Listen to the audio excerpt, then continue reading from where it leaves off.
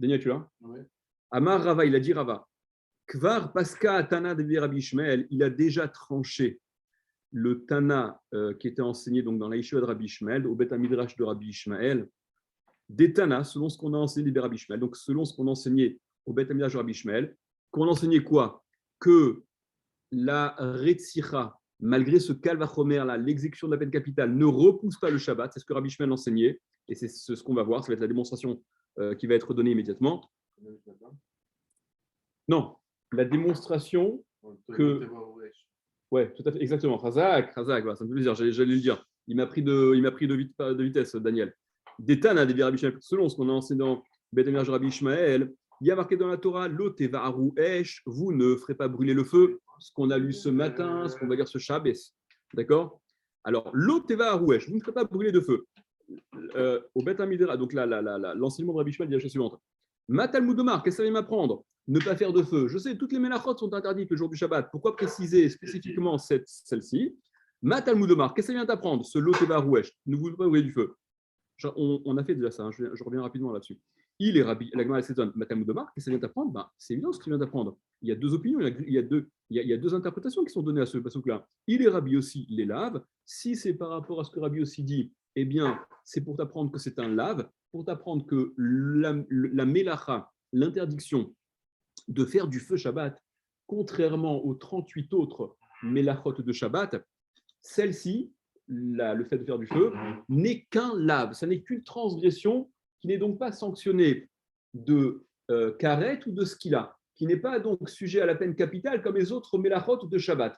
Ça nous prend un contre-pied par rapport à nos conceptions naturelles. Que pour nous, le feu, c'est... D'accord? On est parlé de ça déjà. Il est Rabbi Nathan, et si c'est d'après... par rapport à ça, l'histoire de l'électricité. Non, parce qu'on ne tient pas comme la lacha, on ne tient pas comme ça. D'accord, la lacha, on ne tient pas comme ça. Il est Rabbi Nathan, et si c'est d'après Rabbi Nathan, si l'interprétation de ce loteva rouèche, pourquoi est-il spécifiquement mentionné alors qu'il fait partie du groupe des interdits? Pour Rabbi Nathan, c'est l'echalek yatzat, c'est pour diviser qu'elle a été sortie cette mélacha là de l'interdiction de faire du feu. Qu'est-ce que c'est dire pour diviser? Pour te dire que, et ça c'est le principe que vous lisez tous les matins pour ceux qui sont sérieux, d'accord? D'avoir ce qui était dans le klal, veyatsa minaklal, lo lelamed alatzmo yatsa, et la lelamed al kol aklal kulo yatsa, qu'un élément du groupe qui a été sorti par la suite, il n'est pas sorti que pour te renseigner sur lui-même, que pour te dire que ce qui est dit à son sujet ne le concerne que lui, mais il vient mettre l'éclairage sur la totalité du groupe duquel il a été sorti. Donc, pour te dire qu'il suffit de transgresser un lave, en l'occurrence l'exemple qui est donné, celui de faire du feu, pour être concerné par la peine que la Torah prévoit. Ainsi en est-il de toutes les autres mélachot. Chaque mélacha transgressée, elle génère l'obligation de korban khatat dans la mesure où ça a été involontaire, évidemment. Quoi? Elle est cumulative. Voilà, exactement. Celui qui aurait, c'est ce que Rachid dit, que celui qui aurait transgressé dans la même ignorance toutes les mélachot ou certaines d'entre elles, il n'y a pas un korban khatat global qui viendrait expier, qui serait expiatoire, mais il faudrait un khatat pour chaque catégorie de mélachot qui a été transgressée. Kedetania, donc la Gemara ramène, Kedetania, cette histoire-là, c'est Kedetania selon ce qu'on a enseigné. Avara, les laviatsat, divers aussi. Là, avara, le fait de faire du feu, les laviatsat, c'est pour le lave, pour figurer, pour être exprimé en tant que lave et que en tant que lave. C'est limitatif par rapport à la peine qui concerne les autres mélachot. Divers Rabbi aussi, ça c'est ce que dit Rabbi aussi. Rabbi Nathan Omer, Rabbi Nathan dit, les chalek yatsat, c'est pour diviser qu'elle a été mise, qu'elle a été spécifiée de façon indépendante à nouveau, cette mélacha-là de faire du feu.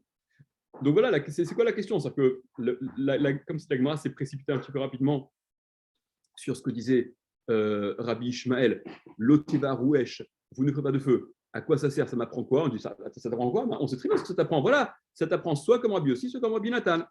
Et là, Rava, seulement il vient, il dit Rava, non, la question, la difficulté qui avait été évoquée au Beth Midrash de Rabbi Ishmael, c'est pas sur la avara, sur le fait de faire du feu. Tana. C'est quoi la avara? La avara, oui. Avara, avec Aïn. D'accord? L'Oteva'aru. Amar Rava, il a Amar Rava, il a dit Rava, hein. Tana, voilà. Alors, venez, on reprend. Voilà. Donc, Rava, il vient rectifier. Rava vient rectifier. La question qui se pose ne porte pas sur le fait de faire du feu. Pourquoi l'interdiction de faire du feu a été répétée? C'est pas ça, c'est pas là-dessus que porte la question. Et là, Marava, seulement il a dit Rava, hein, Tana, le Tana, donc de la Beth Medrash Rabbi Ishmael, Moshavot Kashiale, c'est le terme qui suit, c'est Bechol Moshvotechem, la suite du pasouk, Loteva Arouesh, vous ne ferez pas brûler de feu, Bechol Moshvotechem, dans toutes vos résidences, demeures, etc. Le jour du Shabbat. Ce qui pose problème, c'est cette précision de Bechol Moshvotechem, de Moshavot. Ouais, ça veut dire qu'on pourrait faire à la rigueur à l'extérieur. Alors, c'est la question. Tana a Moshavot Kashiale. C'est le terme Moshavot qui lui pose problème. Regardez Rashi. Moshavot Kashiale. C'est la précision de dans vos résidences, là où vous vous trouvez, qui pose problème. Les Tana, donc c'est ça ce qui posait problème au Tana. Ve'ala ke'amar matalmud omar. Et c'est là-dessus que la question qui avait été posée là au tout début de cet enseignement de Rabbi Ishmael portait le matalmud omar, le qu'est-ce que ça vient de nous apprendre. Il ne faut pas le mettre suite à l'oteva rouesh, vous ne pourrez pas brûler de feu, mais il faut le mettre suite à bechol moshvotechem. Donc c'est là-dessus que posait la question, porter la question. La suite de Rashi. Kol echadirtiv moshvotechem, à chaque fois où il est écrit moshvotechem dans la Torah, vos résidences, vos demeures, Balé Lamed, ça vient d'apprendre Bechol Makom Sheatem Yoshvim, à tout endroit où vous vous trouvez, là où vous êtes installé, quel que soit l'endroit où vous êtes installé, ou les Avi Chutzal Haaretz, et ça vient donc inclure Chutzal Haaretz, c'est-à-dire, ça n'est pas limité à Eretz Israël. Alors, la Gemara poursuit et dit Matalmud Lomar, qu'est-ce que ça Moshavot, Matalmud Lomar, ce terme de Moshavot, qu'est-ce qu'il vient d'apprendre Mirde Shabbat, Chovatagoufi. Noeget ben baaretz, ben bechul, ben bechutzal haaretz. Le Shabbat fait partie des mitzvot qui sont ce que la Gemara appelle chovat hagouf, obligations du corps, qui sont intrinsèques à l'individu, qui ne sont pas dépendantes de la terre. Ce ne sont pas les mitzvot d'ordre agricole qui, elles, en effet, sont limitées à Eretz Israël. Donc, dans les mots. Mirde Shabbat, chovat hagoufi, puisque Shabbat, c'est une mitzvah qui incombe à l'individu, quel que soit l'endroit où il se trouve. Vechovata gouf est une obligation de corps inhérente à l'individu, à l'obligation de chacun.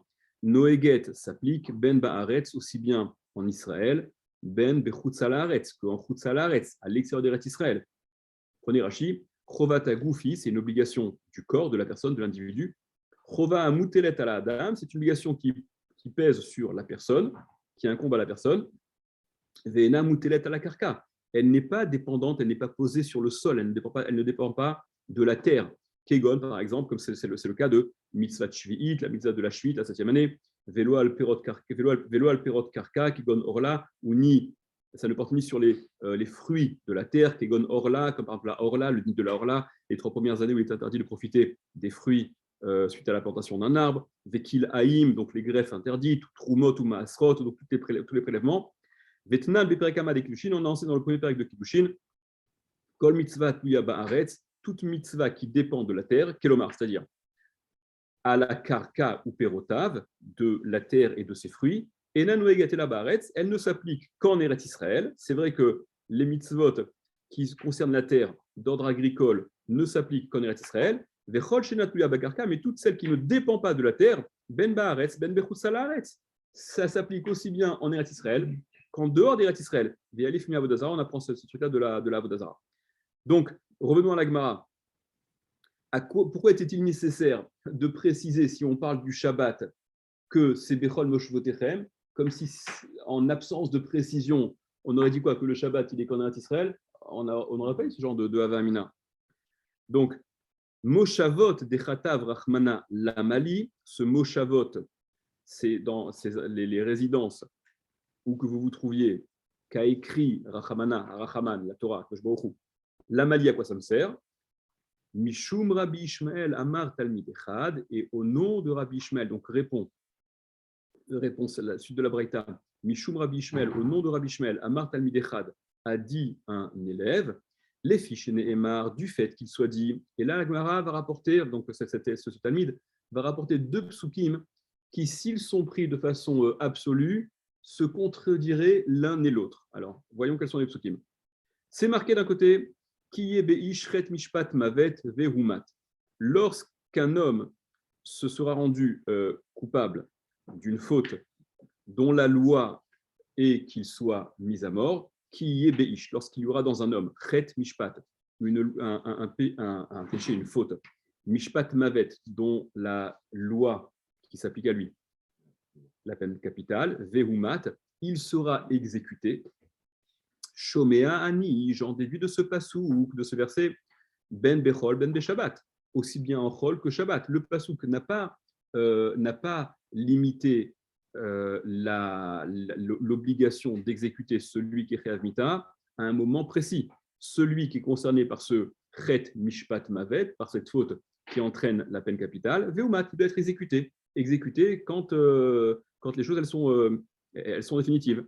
Donc, j'en déduis, si je prends ce pasouk tel quel, sans restriction aucune, que ça devrait s'appliquer aussi bien en Chol que Shabbat. Veha, mais le problème, c'est que Ma'ani Mekayem, comment est-ce que je vais expliquer un autre verset de la Torah qui dit Mechalelea mot yumat, ça parle de ceux qui transgressent, ceux qui la transgressent, en parlant du Shabbat, ceux qui transgressent le Shabbat, mot yumat, il mourra. Transgresser le Shabbat donc, est sanctionné par la peine capitale. Si je m'en tiens au premier verset qui disait qu'il faut exécuter celui qui est Chayav Mita à n'importe quel moment, sans restriction de temps, je suis en opposition frontale avec un autre verset qui dit que celui qui transgresse Shabbat, il doit être exécuté. Oui, mais en appliquant la peine de mort, c'est une forme de transgression de Shabbat, puisqu'on a dit que verser le sang, c'est un interdit de Shabbat. Donc, quel verset je vais privilégier au détriment de l'autre, ou en tout cas en contournant ce que l'autre dit. Donc, comment est-ce que je peux maintenir ceux qui transgressent le Shabbat seront exécutés? Si je comprends le premier verset comme étant absolu, qu'il faut exécuter en ben bechol, ben beshabbat, eh bien, je dirais bishar melachot chutz mimita, que le passou qui dit que ceux qui transgressent Shabbat sont eux-mêmes passibles de mort, ça ciblerait bishar melachot, les autres interdits, chutz mimita de bedin, à l'exception de la peine de mort exécutée par le bedin. Ou bien non, c'est peut-être pas ça la bonne grille que tu as donnée. Ou bien, Enoela Filumitat Bedin, non, que le pasouk qui considère que la transgression de Shabbat, elle justifie donc la peine de mort. Enoela Filumitat Bedin, c'est même l'exécution de la peine de mort appliquée par le Bedin. Ça aussi, c'est une transgression de Shabbat qui n'est donc pas permise. Alors, dans ces cas-là, comment est-ce que je vais expliquer le premier pasouk? Uman Mekayem Vehumat, et comment est-ce que j'établis le Vehumat? Il sera tué, il sera exécuté du premier verset où il n'y avait a priori pas de restriction de temps. Eh bien, je l'expliquerai simplement en disant Bechol, Avalo Beshabbat. Ça s'applique en Chol, mais pas le Shabbat. Bon, c'est pas très compliqué comme façon d'établir le cadre dans lequel ce pasouk parlerait. Oenoela Filou Beshabbat, ou bien peut-être que c'est même le Shabbat. Non, c'est même le Shabbat qui doit être exécuté. Alors donc, face à cette indécision, comment je vais interpréter les 2 psukim de sorte à ce qu'ils ne s'opposent pas? Talmud Lomar, c'est ce que vient apprendre. Qu'est-ce que je vais privilégier? Quelle est la grille de lecture que je vais retenir? Talmud Lomar, c'est ce que vient apprendre. Lotevaru esh bechol moshvotechem. Vous ne ferez pas brûler de feu dans toutes vos résidences, demeures. Ulhalan ou Omer, et plus loin, il est dit, ce moshvotechem, il signifie quoi? Il est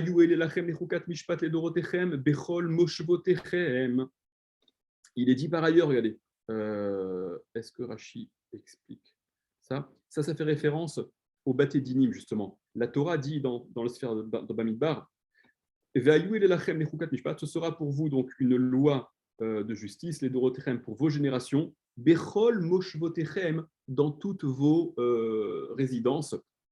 Ma moshavot et amour lehalan bet-din, de la même façon que les moshavot évoqués dans ce dernier pasouk, là, dans ce dernier verset tiré de Bamidbar, il évoque le bet-din.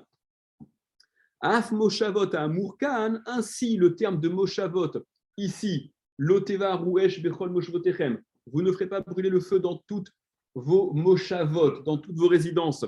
Eh bien, ça désigne en réalité le Bet Din. Ve'amar rachmana. Et là-dessus, la Torah, elle a dit Loteva rouesh bechol moshvotechem.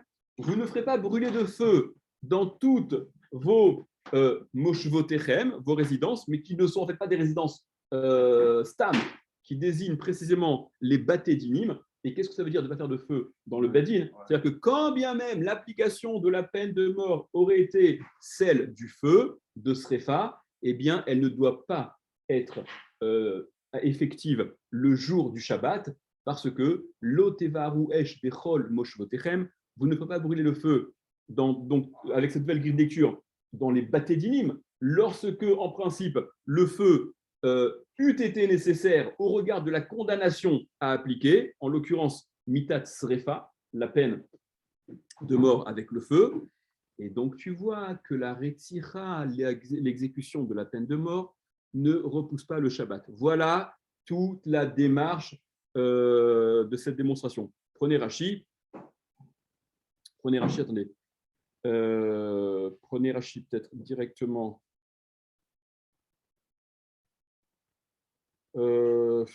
Ouais. Prenez simplement le dernier Rashi de ce qu'on vient de lire, la première des grandes lignes tout en bas, les dernières grandes lignes, la première. Ve'amar Rachmana lotevaru, et donc la Torah a dit lotevaru, vous ne ferez pas brûler. Explique Rashi ce que je viens de vous dire. Afilou lisrefat mitat bet din, même pour la srefa, même pour brûler, en l'occurrence, quand il s'agit d'appliquer la peine capitale de srefa, avec le feu, du bet din. Donc, voici, selon cet enseignement de Rabbi Ishmael, la raison pour laquelle la retira, l'exécution de la peine de mort, ne repousse pas le Shabbat. Et c'est donc ce par quoi avait commencé, ce par quoi on a commencé là tout à l'heure, je sais plus quelle, la 13e ligne en haut de la Gemara, là, où Amar Rava disait, contrairement au Kal Vachomer qui était proposé de déduire que la retira, que l'exécution de la peine de mort devait repousser le Shabbat par le Kal Vachomer vis-à-vis de la Avoda, la Avoda, elle était repoussée pour la retira, pour l'exécution de la peine capitale, et par ailleurs, on avait vu que la Avoda repoussait le Shabbat, donc on voulait dire, à plus forte raison, que la retira, que l'exécution de la peine capitale, elle repoussera le Shabbat, ce contre quoi Rava s'était immédiatement dressé en rapportant que au Beth Midrash de Rabbi Ishmael, on avait déduit, on avait tranché de façon apparemment définitive, que la retira, l'exécution de la peine de mort, ne repoussait pas le Shabbat. Ok, c'est clair jusqu'à présent. Continuons un peu. Amar Abaye, il a dit Abaye, Hashta de Amart, En retira docha Shabbat. Alors maintenant que tu dis que En retira docha et Shabbat, que la retira ne repousse pas le Shabbat. En retira docha et avoda mikal vachomer. Alors l'exécution de la peine de mort, la retira, ne repoussera pas non plus la avoda par un kal vachomer, par un raisonnement a fortiori. Et là, immédiatement, je vous arrête avant même de commencer. Il y a a priori lieu de s'étonner. Abaye, tu viens proposer, envisager un kal vachomer pour déduire que la retira ne repousse pas la avoda, parce que on vient d'aboutir au résultat que la retira ne repousse pas le Shabbat, et on a en toile de fond, on a dans la tête que la avoda repousse le Shabbat, donc la avoda semble être plus importante que le Shabbat. Donc il est évident que la retira ne repoussera pas la avoda, puisqu'elle ne repousse même pas le Shabbat. Le problème, donc c'est celle, on sent bien le Kalvachomer qu'Abaye veut faire. Le problème, c'est que ce Kalvachomer-là, il va à l'encontre du pasouk explicite par lequel on a commencé. Je vous ai posé la question tout à l'heure. C'est quoi le pasouk duquel on apprend que la retira repousse la avoda, que la retira prend le pas sur la avoda? Merim misbechi tikachenu lamut. De mon misbeach, vous le prendrez, vous l'arracherez pour l'exécuter. Ok? Donc le Kalvachomer de Abaye, il semble faire fi de ce pasouk explicite. Ok, la Gemara va se soucier de ça immédiatement. Je vous dis ça en avance parce que je ne veux pas que vous sautiez en l'air et que vous vous excitiez, que vous soyez affolés. Donc calme. La Gemara va évoquer ça immédiatement. Donc, dans un premier temps, Amar Abaye, il a dit Abaye et Ashtade Amar, maintenant que tu as dit En Retzicha Doraita Shabbat, la Retzicha ne repousse pas le Shabbat, En Retzicha Doraita Avoda, la Retzicha ne repoussera donc pas la Avoda. Mikal Bachomer, par un raisonnement a fortiori. Uma Shabbat Shnitret Mitne Avoda, si déjà le Shabbat qui est repoussé face à la Avoda est plus forte que le Shabbat. En Retzicha Dochaota, mais la Retzicha ne repousse pas le Shabbat. Avoda, la Avoda, chez Docha et Shabbat, qui elle repousse le Shabbat. Et Nodine, n'est-ce pas, à plus forte raison, chez l'autre Retzicha Dochaota, que la Retzicha, que l'exécution de la peine de mort ne repoussera pas la Avoda. Ah, alors vous allez dire, mais le Pasouk. Et là, à dirtive, et ce qui est écrit, mais im misbechi tikachenu lamut, on ne peut pas censurer le Pasouk quand même. Ce Pasouk-là, duquel on apprend que la Retzicha prend, oui, le pas sur la Avoda. Qu'est-ce que j'en fais? Comment je l'explique? Je l'ai complètement censuré? Ah, ce pasouk-là, les korban yachid, il fait référence à une avoda particulière qui concernerait un korban yachid, un korban individuel. Il ne concernerait pas la avoda qui est collective, qui concerne le peuple dans sa totalité, mais il ne ciblerait, ce pasouk-là, qu'une avoda qui concerne un korban d'un particulier, qui en effet, des lots d'après Shabbat, korban, qui ne repousse pas le Shabbat. Et donc, si ce korban ne repousse pas le Shabbat, je ne peux plus, le Kal Vachomer tombe à l'eau.